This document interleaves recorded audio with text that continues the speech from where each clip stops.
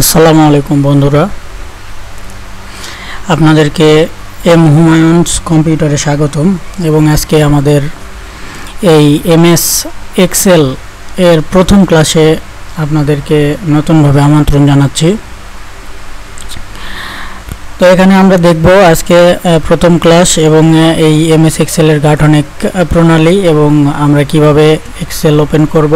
আমরা যারা বিগিনার আছি কিংবা একদম নতুন আছি তাদের উদ্দেশ্য করে এই ভিডিওগুলো তৈরি করা।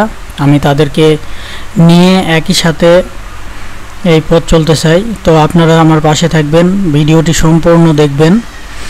তো আমরা এমএস এক্সেলটি কিভাবে ওপেন করে সেটি দেখব এবং আমরা এমএস এক্সেলের ভিতরে কি কি গঠন প্রণালী আছে সেটি দেখব এবং তার মধ্যে আজকে একটি মাত্র জিনিস আপনাদের চিহ্নিত করে দিব যে সেল এবং সেলের নাম, এটা আমরা কিভাবে চিনব এবং সেগুলোর সূত্রতে কিভাবে ব্যবহার করা হয় সেগুলো পরবর্তীতে আপনাদের সব কিছু জানাই দিব। তো আজকে আমরা এই জিনিসটা বলতেছি যে এমএস এক্সেল জিনিসটা কি আমরা যারা জানি না। এমএস অর্থ হলো মাইক্রোসফট এবং এক্সেল অর্থ হলো এক্সেল একটা প্রোগ্রাম। তো এমএস এক্সেল যেটা আমরা বলি সেটা হলো মূলত মাইক্রোসফট এক্সেল এবং মাইক্রোসফটের তত্ত্বাবধানতার এই সফটওয়্যারটি ব্যবহৃত হয়। তো আমরা যারা নতুন কম্পিউটার কিনি এবং এই কম্পিউটারের মাধ্যমে আমরা এক্সেল চালাতে চাই তাহলে আমাদের প্রথমত কম্পিউটারে উইন্ডোজ নেওয়ার পরে আমাদের মাইক্রোসফট অফিস নামের একটি অ্যাপ্লিকেশন ইনস্টল করতে হবে। তাহলে আমাদের এখানে মাইক্রোসফট এক্সেল, মাইক্রোসফট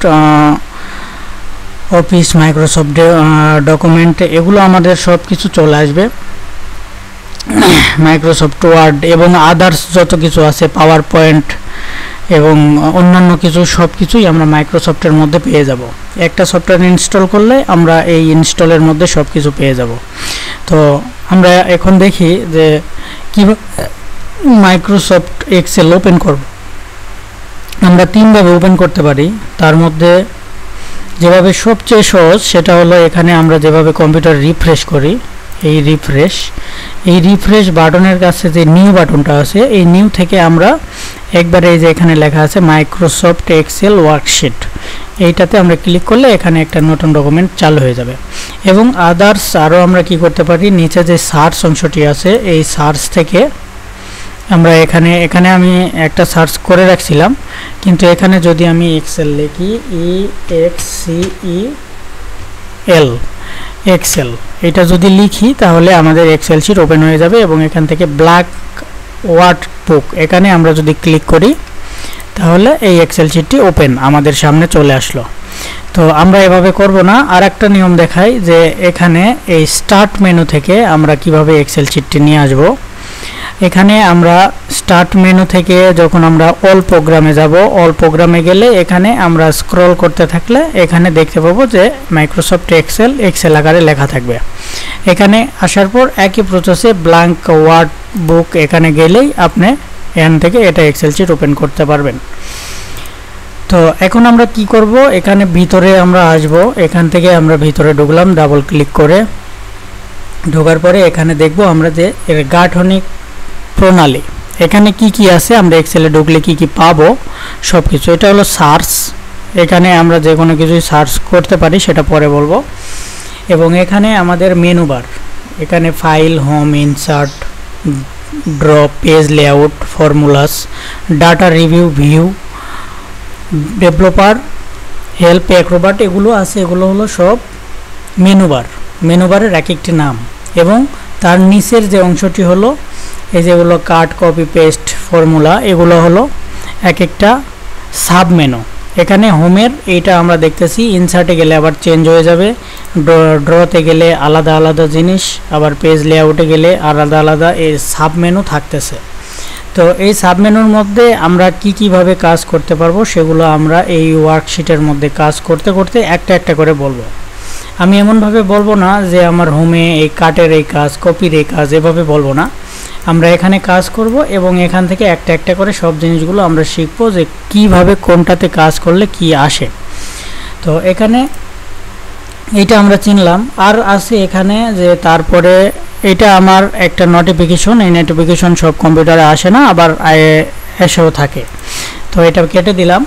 কেটে দেওয়ার পরে এখানে যেটা আছে যে এখানে A7টা কি, A7 হলো একটা সেলের নাম। এই যে একটা ক্লিক দিলাম, এখানে এর নামটা চেঞ্জ হয়ে গেল, কারণ এখানে D5, এই যে এখানে D সিলেক্ট হয়েছে, এখানে 5 সিলেক্ট, তাই এখানে D5টি চলে আসছে। এটা হলো সেলের নাম। এখানে আমরা যেখানে ক্লিক করব সেই নামটি এখানে আসবে, এবং এই নাম দিয়ে আমরা যখন সূত্রতে প্রয়োগ করব তখন আমরা অনেকটাই সুবিধা পাবো। তো সেটা আপনাদের আমি পরবর্তী ক্লাসে আমি জানাই দেব। আর এটা হলো ফর্মুলা বার।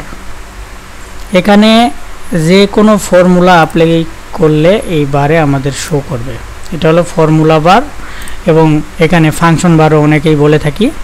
তো এইটা হলো ফর্মুলা বার। এখানে আরও ক্লিক করলে আমরা আর একটু বেশি পাবো। যখন আমাদের ফর্মুলার দীর্ঘতম হয়ে যাবে তখন এখান থেকে আমরা এটা আরোতে ক্লিক করে ছোট বড় করে নিতে পারবো, এবং এখানে আরও যদি প্রয়োজন পড়ে তাহলে এখান থেকে আমরা এটা করে নিতে পারবো। এটা লিখলে চলে আসবে, এটা এখন আসতেছে না। তো এখানে আমরা একটা সেলের মধ্যে যেটাই লিখি সেটা ফর্মুলা বারে দেখা যাবে। এখানে যদি আমি 52 লিখি, অন্য এই সেলে আমি কিছু লিখি নাই তাই ফাঁকা, এবং এখানে 52 লেখা আছে তাই এখানে 52 দেখাইতেছে।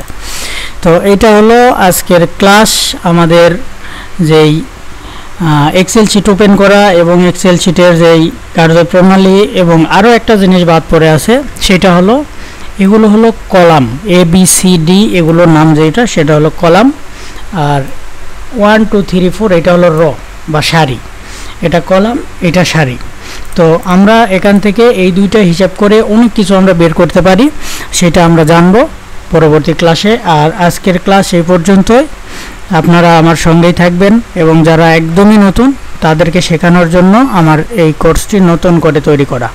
তো এই জন্যই আশা করি আপনারা সবাই আমার চ্যানেলটিকে সাবস্ক্রাইব করবেন এবং বেল আইকনটি বাজায় পাশে রাখবেন, কারণ আপনি বেল আইকন যদি বাজায় রাখেন তাহলে আমার নতুন ভিডিও দেওয়ার সাথে সাথে আপনি নোটিফিকেশনটি পেয়ে যাবেন।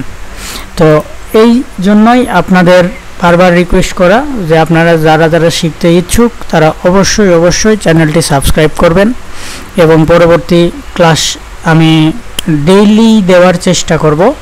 কিন্তু যদি মাঝে মাঝে মিস্টেক হয়, যেহেতু আজকে প্রথম ক্লাস তাই আপনাদের সবাইকে বলে রাখি, যদি মাঝে মাঝে মিস্টেক হয় তাহলে 2 দিনের বেশি মিস্টেক হওয়ার কথা না। তো আশা করি সবাই ভালো থাকবেন আর আমার পাশে থাকবেন, সবাই সাবস্ক্রাইব করবেন এবং আমাকে আপনাদের কাজ শেখাতে উৎসাহ জাগাইবেন, তাহলেই আমি হ্যাপি। তো ওকে, ধন্যবাদ, আল্লাহ হাফেজ, আসসালামু আলাইকুম।